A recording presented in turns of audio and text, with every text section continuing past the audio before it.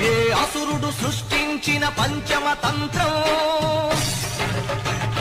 నరజాతిని వంచిన దారుణ కుల మంత్రం,